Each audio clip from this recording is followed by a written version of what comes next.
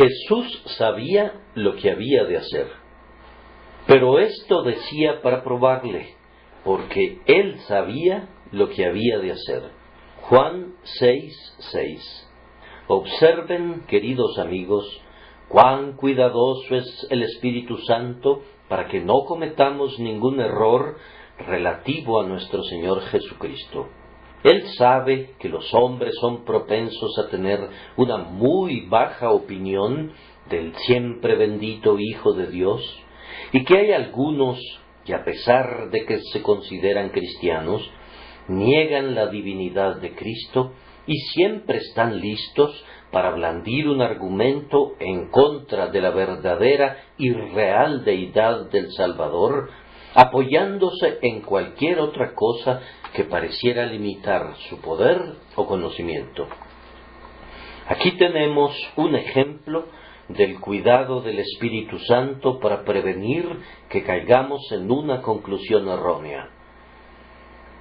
Nuestro Señor consulta con Felipe y pregunta a este pobre discípulo: ¿de dónde compraremos pan para que coman estos? Algunos podrían inferir por esto que Jesús no sabía qué hacer, que estaba desconcertado. A partir de allí argumentan que Jesús no puede ser el Dios Todopoderoso, pues ciertamente el desconcierto no es consistente con la omnipotencia. ¿Por qué Jesús habría de consultar con Felipe si sabe todas las cosas? Ahora, el Espíritu Santo quiere que tengamos cuidado de no caer en pensamientos rastreros acerca de nuestro grandioso Redentor y Señor, y especialmente que no erremos gravemente pensando jamás que Él no es Dios. Por tanto, claramente nos dice: esto dijo para probar a Felipe, pues él sabía lo que había de hacer. Jesús no estaba pidiendo información o asesorándose con Felipe porque tuviera alguna duda acerca del procedimiento a seguir o necesitara ayuda de su discípulo. Él no necesitaba que Felipe multiplicara el pan, sino que deseaba multiplicar la fe de Felipe. Cuídense entonces, queridos amigos, de no menospreciar nunca al Salvador o imputar motivos a cualquiera de sus actos que menoscaben su gloria. De esto también aprendan que nosotros, siendo propensos a cometer errores concernientes a Cristo, necesitamos diariamente que el Espíritu de Dios nos interprete a Cristo. Basta que Jesús haga la pregunta a Felipe: ¿de dónde compraremos pan? Y de inmediato nos encontramos en peligro de sacar una inferencia errónea, y por tanto el Espíritu Santo nos dice algo más acerca de Cristo para que escapemos del peligro. Al proporcionarnos un mayor discernimiento de los motivos de nuestro Señor, evita que juzguemos mal sus acciones. Debemos tener al Espíritu de Dios con nosotros o no conoceremos al propio Cristo. La única forma de ver al sol es por su propia luz, y la única forma de ver a Jesús es por su propio Espíritu. ¿Acaso no dijo él mismo: Él tomará de lo mío y os lo hará saber? Ningún hombre puede llamar a Jesús Señor sino por medio del Espíritu Santo.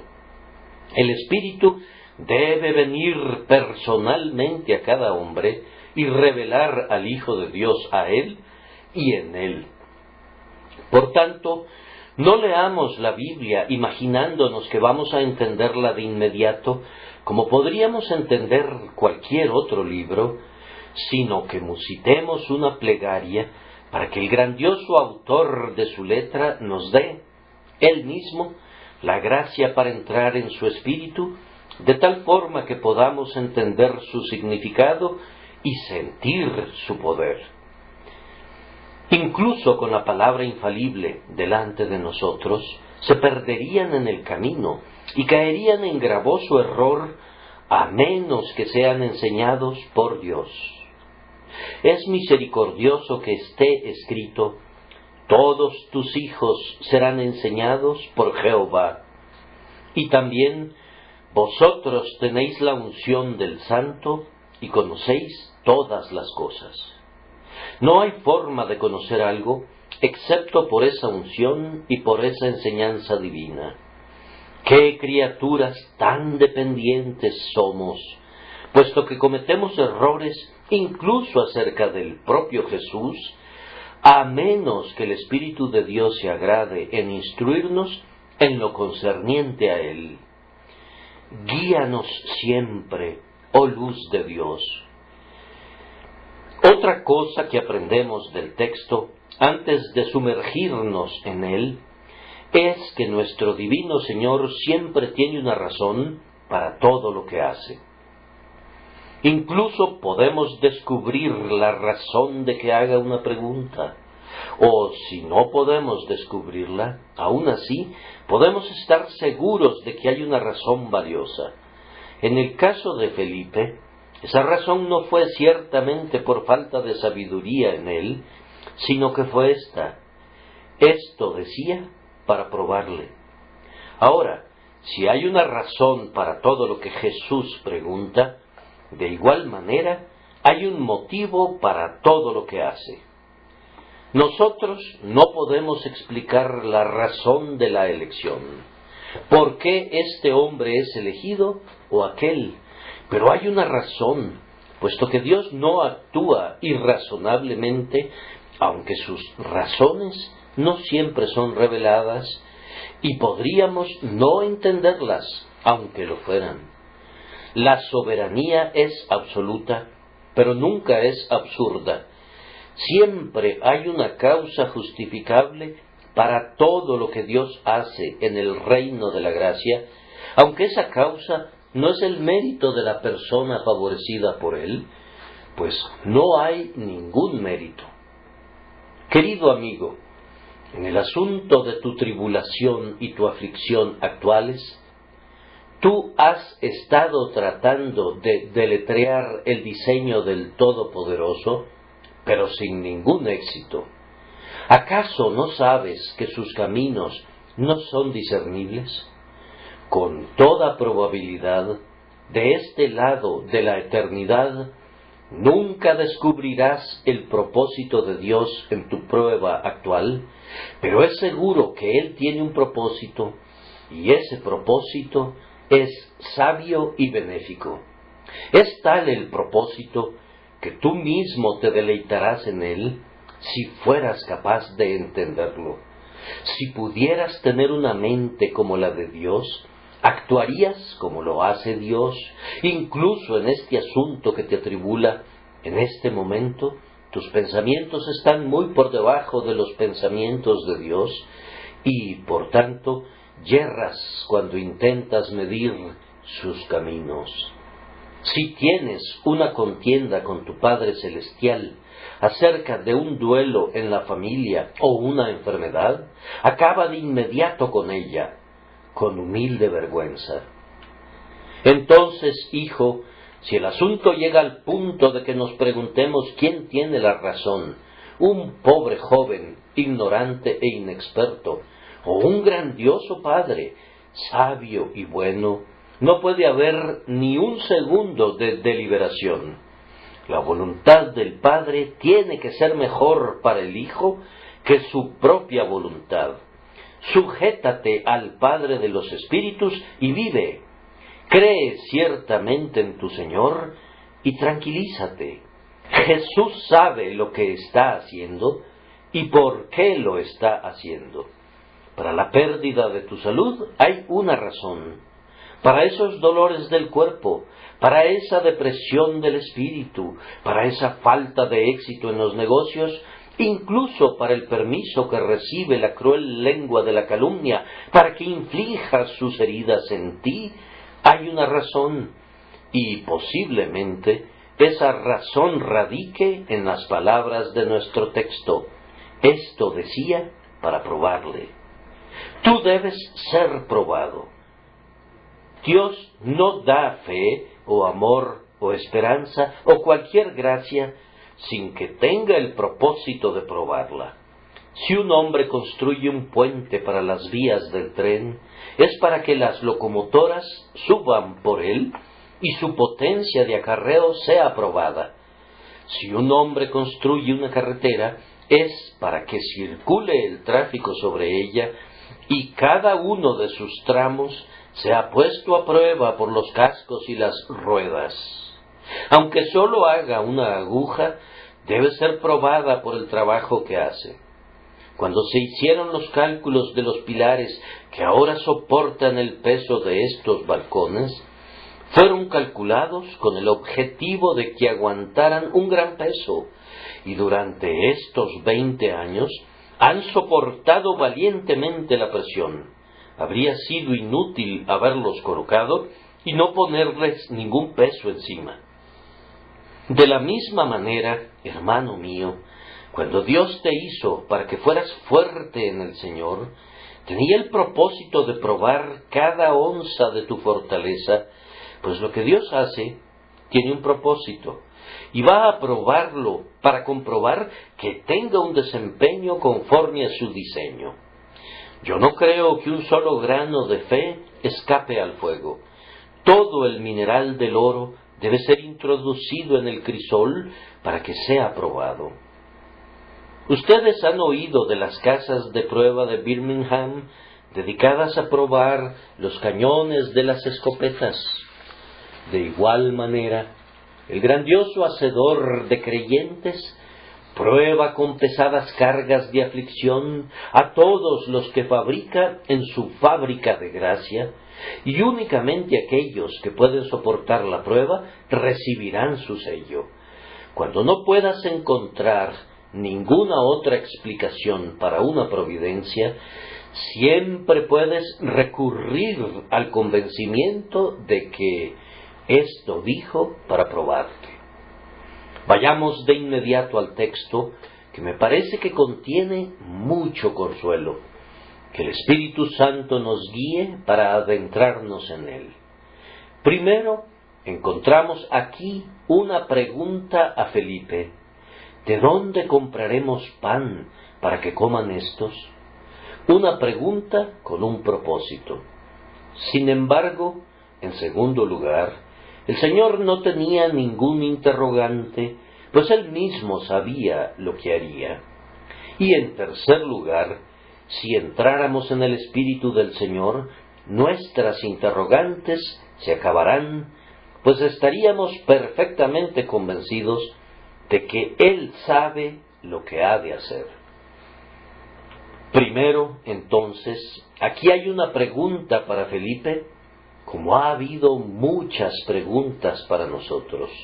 Jesús le hizo esta pregunta a Felipe con la intención de probarle en varios puntos.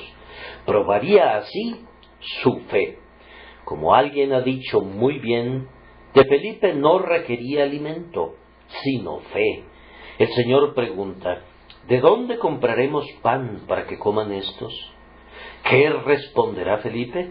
Si Felipe tuviera una sólida fe, respondería: grandioso Señor, no hay necesidad de comprar pan. Tú eres más grande que Moisés, y bajo Moisés el pueblo fue alimentado con maná en el desierto. Tú solo tienes que decir la palabra, y el pan lloverá, cubriendo a la multitud, y serán satisfechos.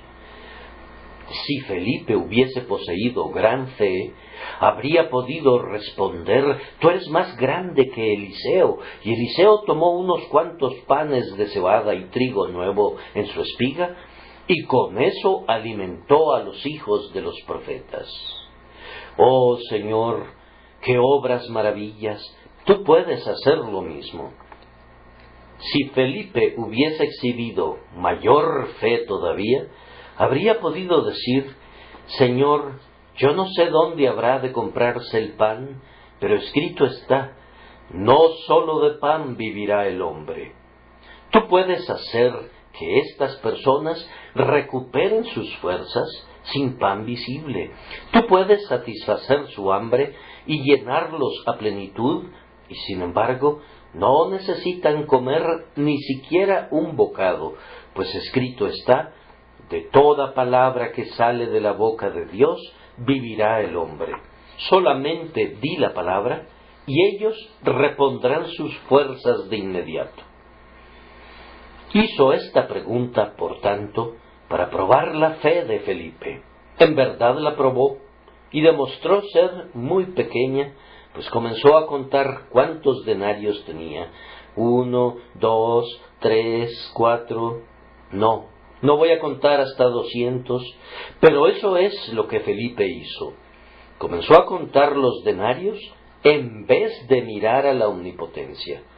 ¿Has hecho tú lo mismo, querido amigo, cuando has sido probado?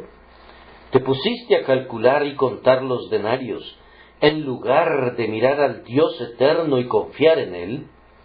Me temo que muy pocos de nosotros podemos afirmar que estamos exentos de esta falla, pues el propio Moisés se puso una vez a hacer cálculos por su incredulidad. Entonces dijo Moisés: 600,000 de a pie es el pueblo en medio del cual yo estoy. Y tú dices: les daré carne y comerán un mes entero. ¿Se degollarán para ellos ovejas y bueyes que les basten? ¿O se juntarán para ellos todos los peces del mar para que tengan abasto? Recuerden la respuesta de Dios a su siervo ansioso.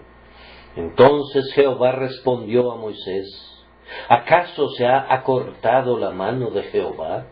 Ahora verás si se cumple mi palabra o no.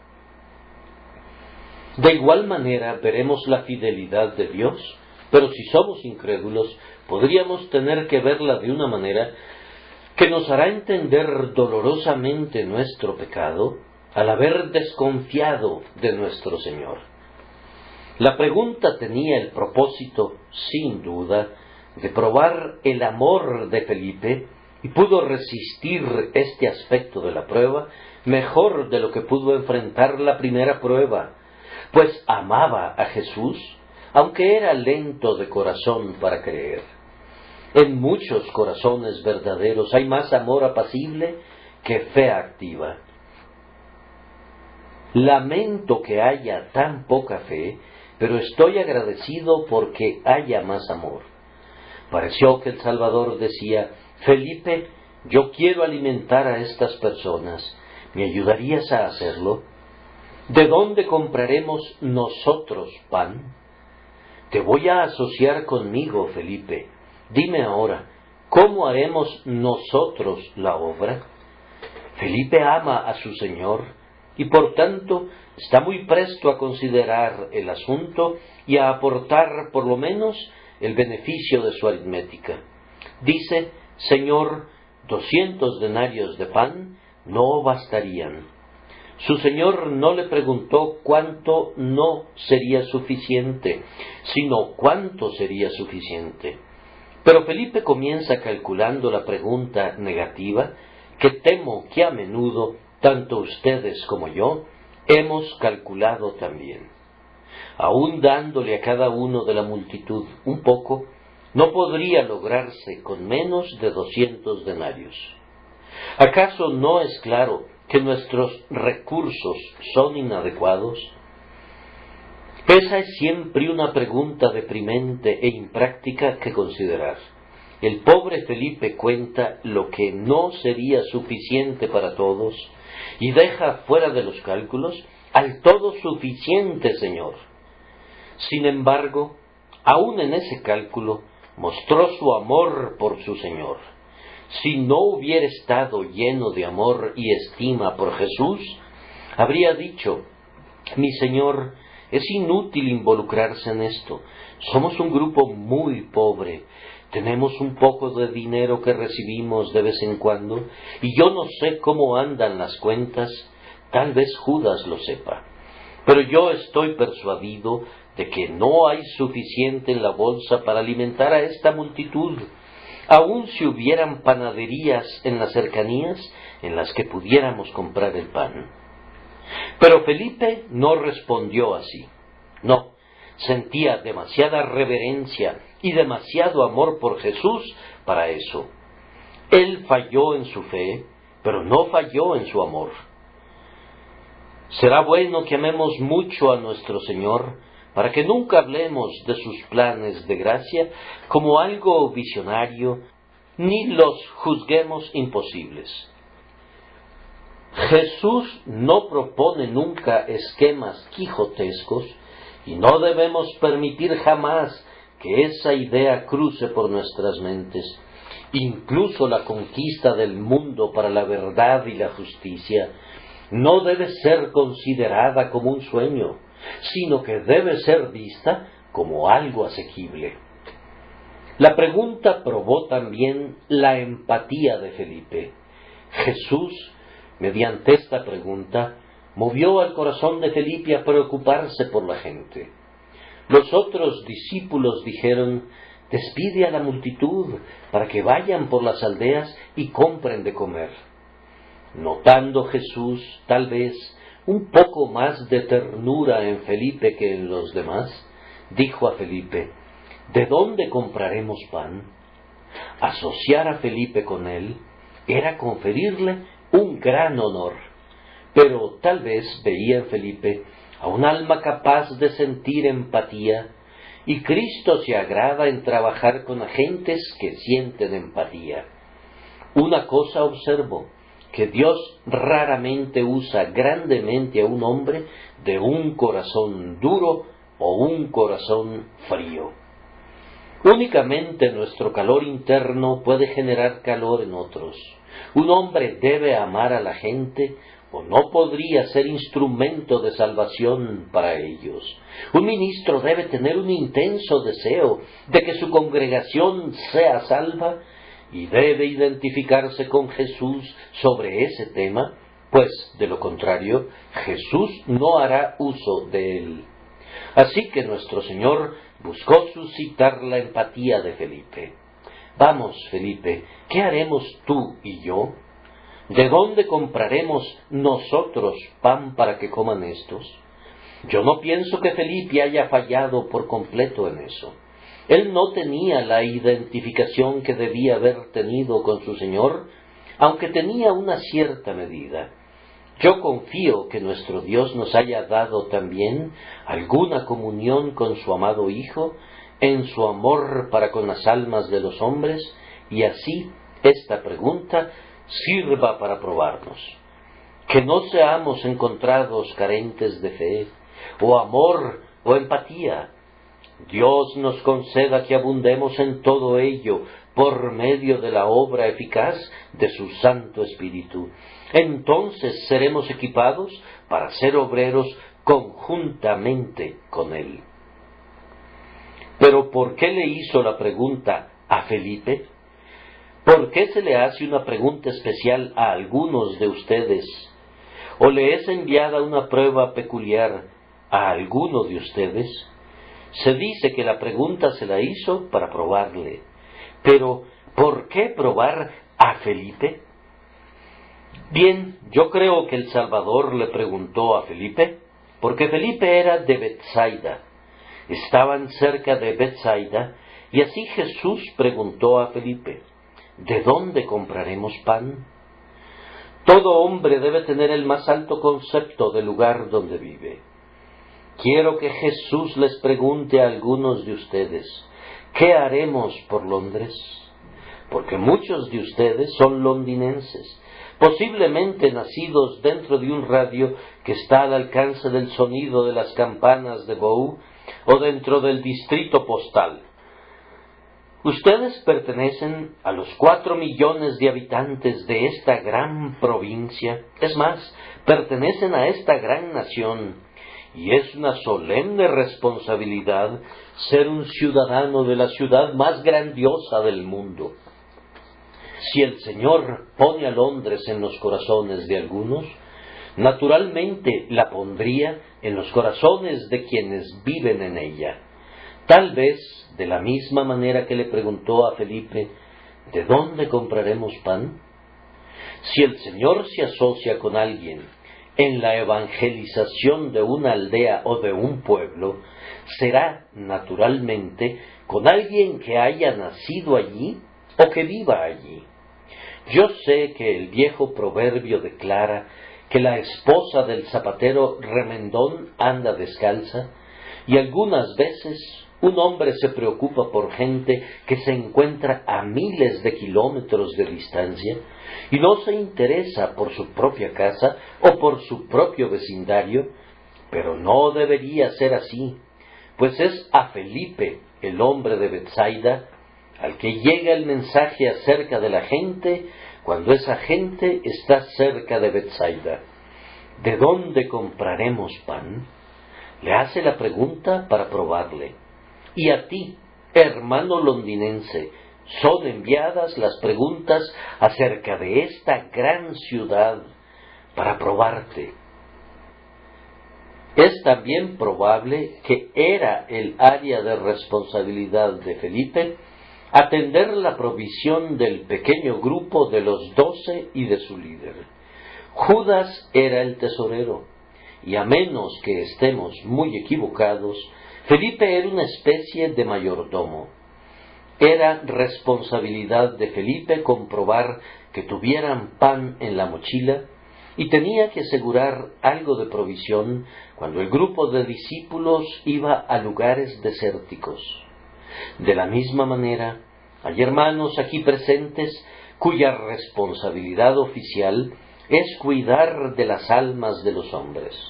Entre estos hay ministros, misioneros, maestros de escuela dominical, diáconos, ancianos, visitantes de distritos, grupos de mujeres y responsabilidades semejantes.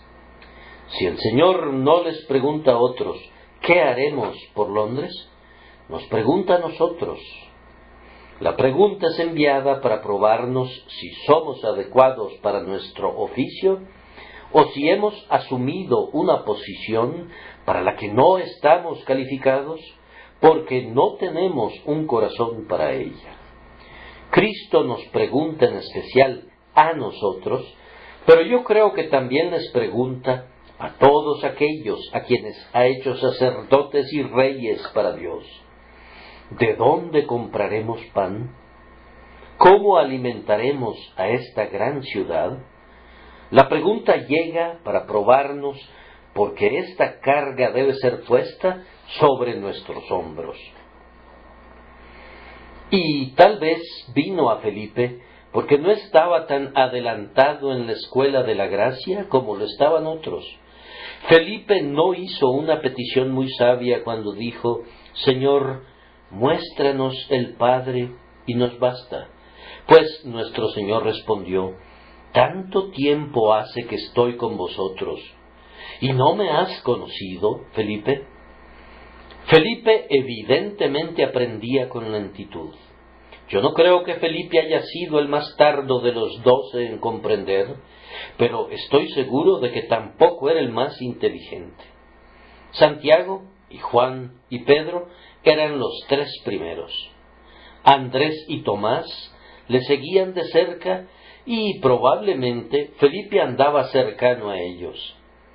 Tal vez Felipe era el número 6, yo no lo sé, pero ciertamente el Salvador le seleccionó, no como el último de la clase, pero tampoco como el mejor, y le dijo, ¿de dónde compraremos pan?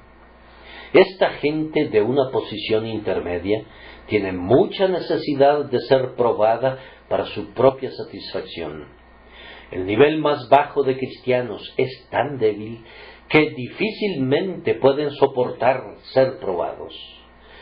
Pobres almas necesitan aliento más que ser probadas y, por tanto, no les son asignados los problemas mayores.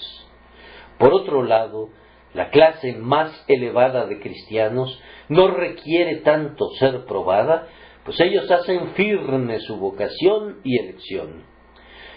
El grupo del medio necesita mayormente ser probado, y ellos constituyen, me temo, la mayor cantidad de tropa del ejército de Dios. ¿Cuántos hay que pueden ser descritos como instruidos a medias, iluminados a medias?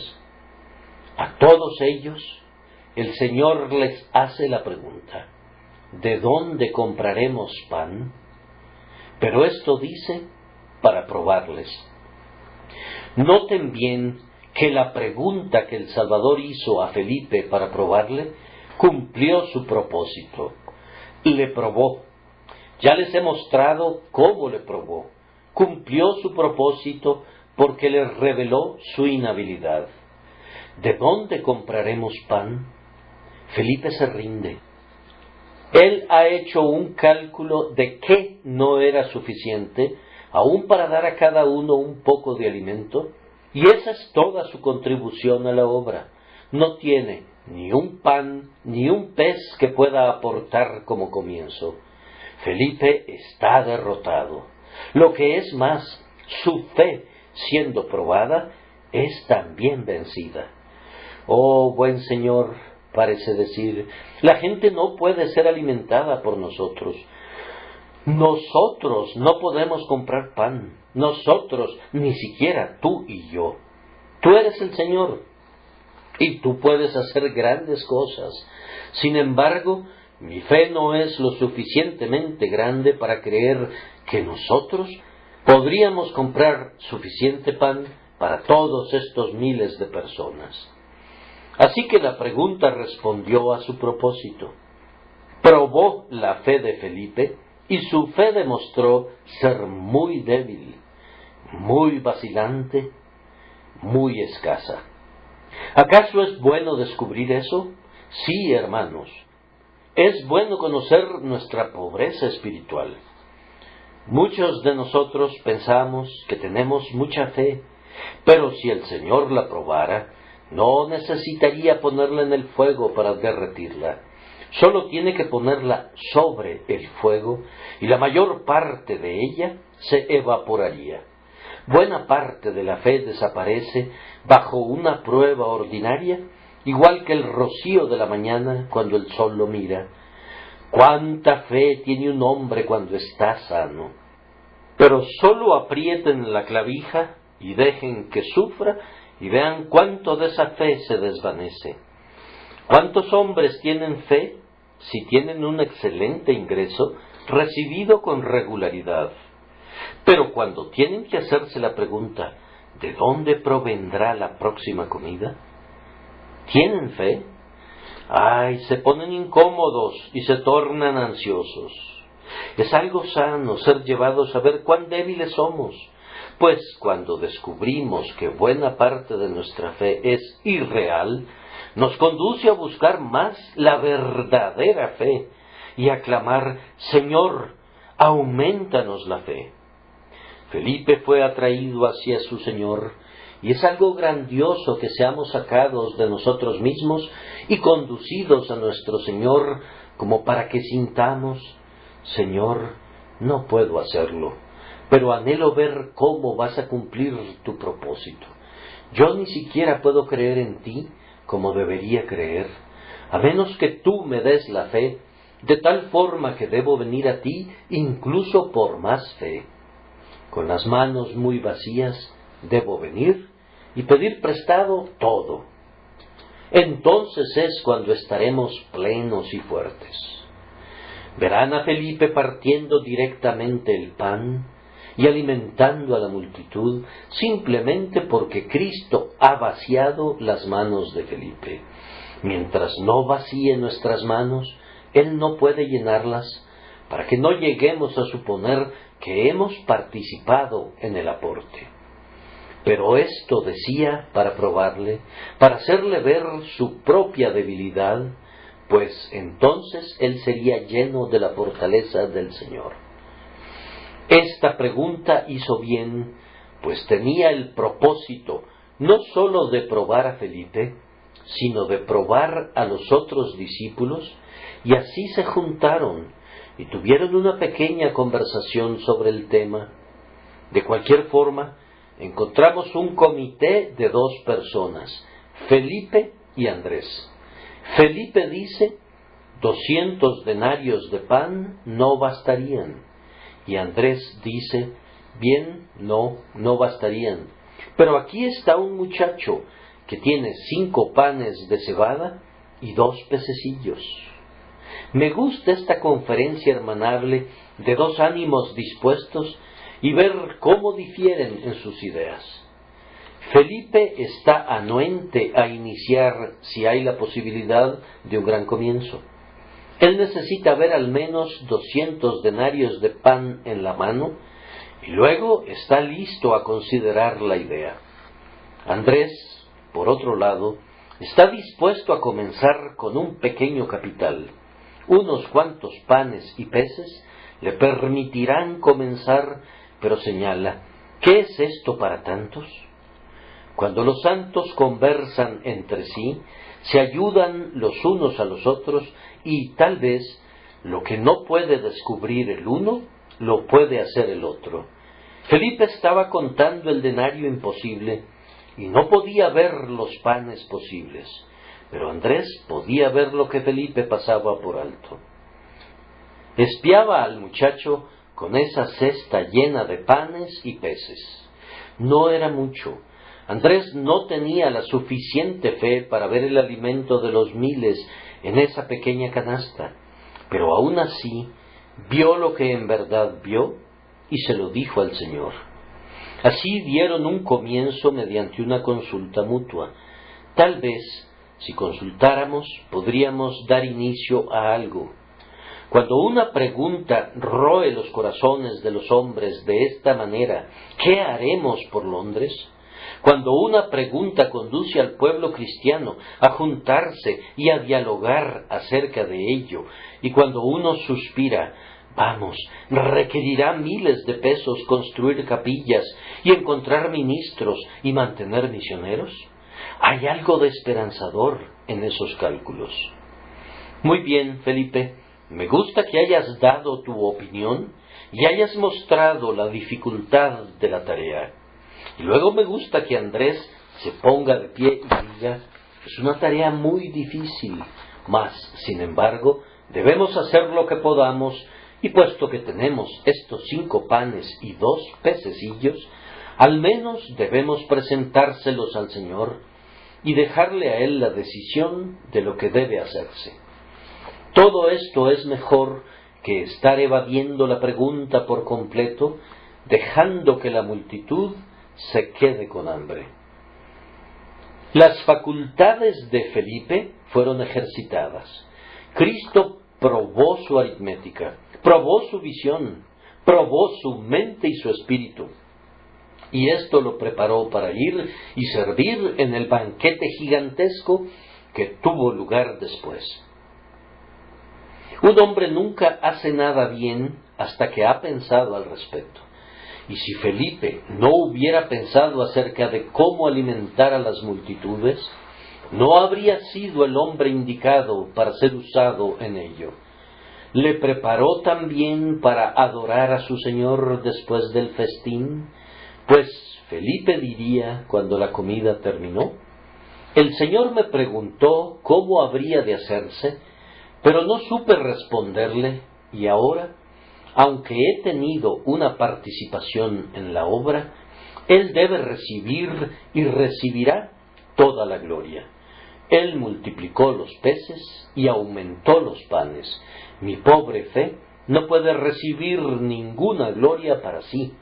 Él lo hizo todo. Tal vez tengas alguna pregunta, hermano mío, acerca de la obra del Señor. ¿Cómo podemos hacerla? ¿Cómo puede ser evangelizada Inglaterra? ¿Cómo pueden ser alcanzadas las masas? ¿Cómo puede ser conducido el mundo a oír el Evangelio? Independientemente de cuál sea la pregunta que se te haga, es una pregunta enviada con el propósito de hacerte bien y beneficiar tu alma y conducirte a engrandecer al Señor en mayor medida cuando el milagro de gracia sea realizado. Ahora llego a la segunda parte del tema, y es que Jesús no tenía ningún interrogante. Felipe era el que no sabía qué hacer, pero Cristo no tenía ninguna duda. Pero esto decía para probarle, porque él sabía lo que había de hacer. Tomemos estas palabras y desarmémoslas por un minuto. Él sabía.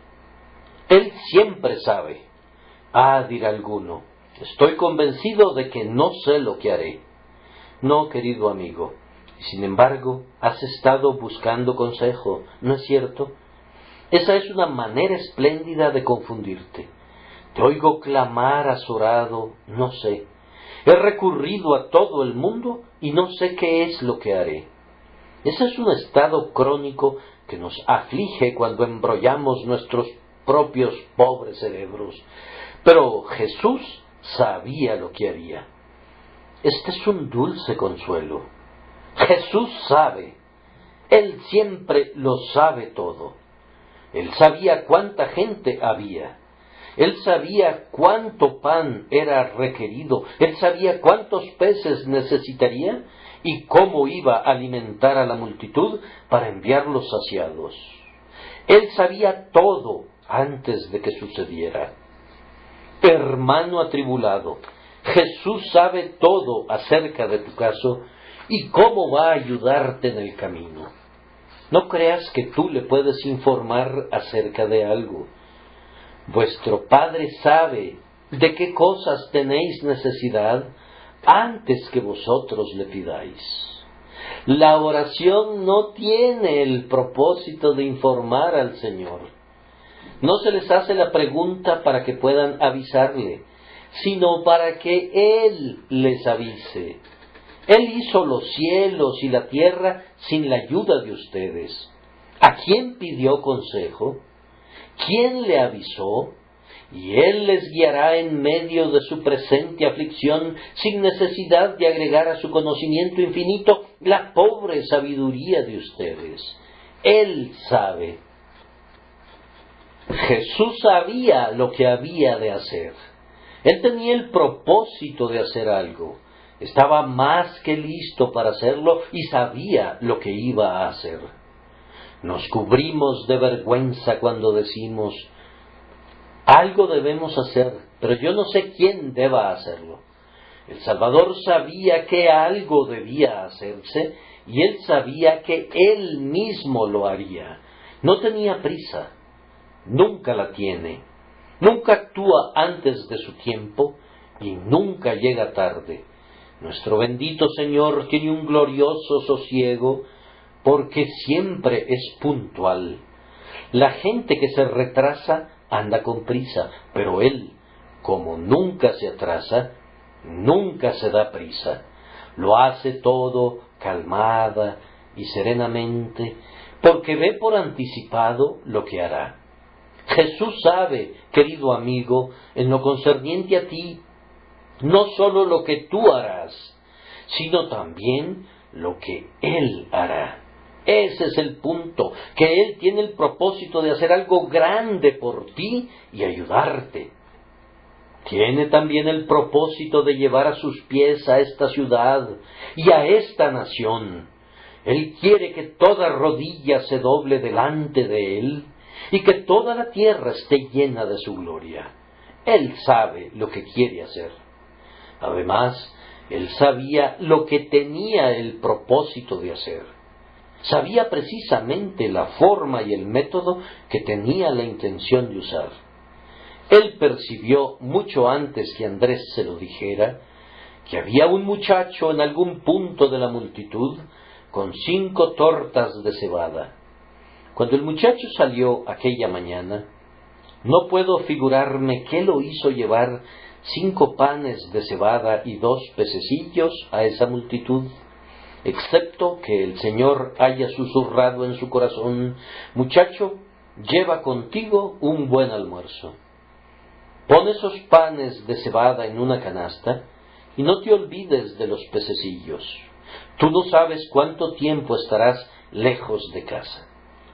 La naturaleza le ordenó que proveyera para las contingencias, pero también la naturaleza es la voz de Dios cuando Él decide hacerlo así. Él era un muchacho hambriento, en pleno crecimiento, con un excelente apetito, y tenía la intención de salir bien provisto, pero ¿se le ocurrió jamás que estas tortas extrañamente providenciales se multiplicarían hasta alimentar a esa multitud de personas? ¿Dónde está el hombre que será el proveedor universal? ¿Dónde está el jefe del comisariato? Es ese joven y ese es su almacén entero. Él lleva consigo un almacén de vituallas en su espalda, en esa canasta. El Salvador sabía eso, y Él sabe exactamente, querido amigo, de dónde vendrá tu ayuda en tu hora de aflicción. Tú no sabes, pero Él sí. Él sabe de dónde saldrán los ministros que conmoverán a esta ciudad de Londres, y Él sabe en qué estilo y manera vendrán y cómo accederán a las masas. Cuando el resto del mundo está derrotado y estupefacto, Él está plenamente preparado. Él sabía que esos panes y esos pececillos serían tomados a su debido tiempo para que sirvieran de base para un banquete. Él sabía que los bendeciría, los partiría, los multiplicaría y los daría a los discípulos, y los discípulos los darían a su vez a la multitud. Todo estaba arreglado en su mente y tan programado como la salida del sol. Además, lo hizo como alguien que sabía lo que haría. ¿Cómo actúa un hombre cuando sabe lo que hará? Bien, generalmente procede de la manera más natural. Él sabe que lo hará, así que simplemente va y lo hace. ¿Pueden concebir que un milagro haya sido realizado jamás de una manera más natural? Si este hubiera sido un milagro católico romano, hubieran lanzado los panes al aire y hubieran descendido misteriosamente transformados y multiplicados 1.000.000 de veces. Todos los milagros de los católicos, si observan, están rodeados de mucho de lo teatral y espectacular. Son totalmente distintos de los milagros de Cristo. Él realiza este milagro de la manera más natural del mundo porque es virtualmente el mismo milagro que Cristo realiza cada año. Tomamos una cierta cantidad de grano y lo sembramos en el suelo, y a la larga su fin es que es multiplicado en tortas de pan. Hay ciertos peces en el mar, y estos se multiplican formando grandes bancos de peces. El trigo sembrado pasa por la misma operación en el suelo por causa de las mismas manos, las manos de Dios. Finalmente brota para convertirse en hogazas de pan, y eso es precisamente lo que resultó de la acción de nuestro Señor. Él tomó un poco en sus manos, lo partió, y se multiplicó continuamente en sus manos y en las manos de sus discípulos hasta que se saciaron. Él sabía lo que había de hacer, y así lo hizo naturalmente, y lo hizo ordenadamente. No sucede así cuando un hombre no sabe lo que debe reservar.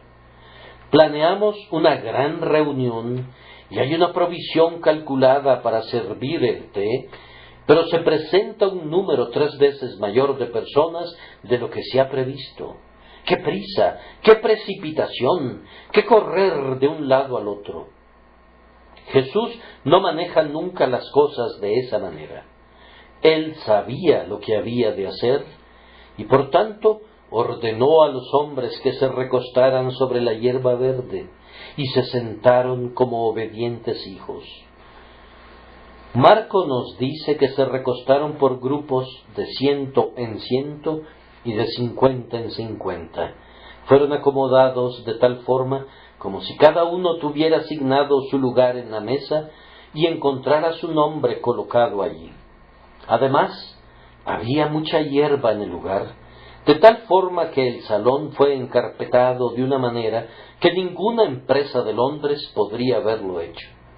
El festín fue organizado tan ordenadamente como si se hubiese dado un aviso previo de 7 días de anticipación y un contratista hubiese suministrado las provisiones. Nada pudo haber sido hecho de mejor manera, y todo porque Jesús sabía lo que había de hacer. Además, lo hizo muy gozosamente. Tomó pan y lo bendijo. Se dedicó a hacer esto con gran placer. Me habría gustado haber visto su rostro cuando contemplaba a esa pobre gente hambrienta siendo alimentada.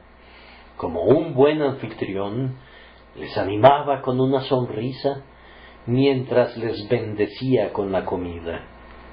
Y luego hizo esto muy abundantemente, pues él sabía lo que iba a hacer, así que no vino con una provisión a medias, ni los restringió para que cada uno tomase un poco. No, él sabía lo que iba a hacer y midió su apetito con exactitud, una empresa difícil cuando tienes que alimentar a un gran número de personas hambrientas.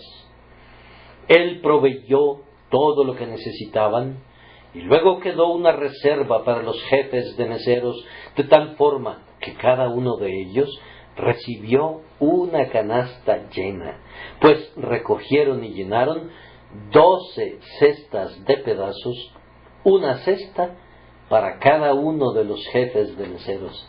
Estoy seguro de que nuestro Señor Jesucristo, en el oficio de recoger a sus propios elegidos, se dedica a esa tarea sabiendo lo que ha de hacer. Y cuando ustedes y yo veamos el fin del grandioso festival de misericordia, diremos: bendito sea el Señor. Estábamos muy preocupados, estábamos en serios problemas, pero nuestro Señor lo ha hecho fácilmente y por completo. No ha habido ningún lío, ningún apretujamiento, nadie se quedó sin su ración. Bendito sea su nombre. No lo ha hecho por casualidad o por circunstancias fortuitas. Él sabía lo que había de hacer y ha planeado todo desde el principio hasta el fin, de tal modo que los principados y las potestades en el cielo cantarán para siempre sobre la gracia y el amor y la sabiduría y el poder y la prudencia con que ha abundado hacia su pueblo. Oh, pero si pudiésemos ver el fin al igual que el principio, comenzaríamos desde ahora a exaltar el nombre de Jesús, nuestro Salvador, que conoce por anticipado toda su obra y no se desvía nunca de su plan. Concluyamos diciendo que debido a que no hay ningún interrogante en Cristo, aunque nos haga preguntas, no tiene que haber ninguna pregunta que refleje dudas en nosotros. Permítanme mencionar 3 preguntas y habré concluido. La primera pregunta que turba a una gran cantidad de gente es: ¿cómo habré de sobrellevar mi carga presente?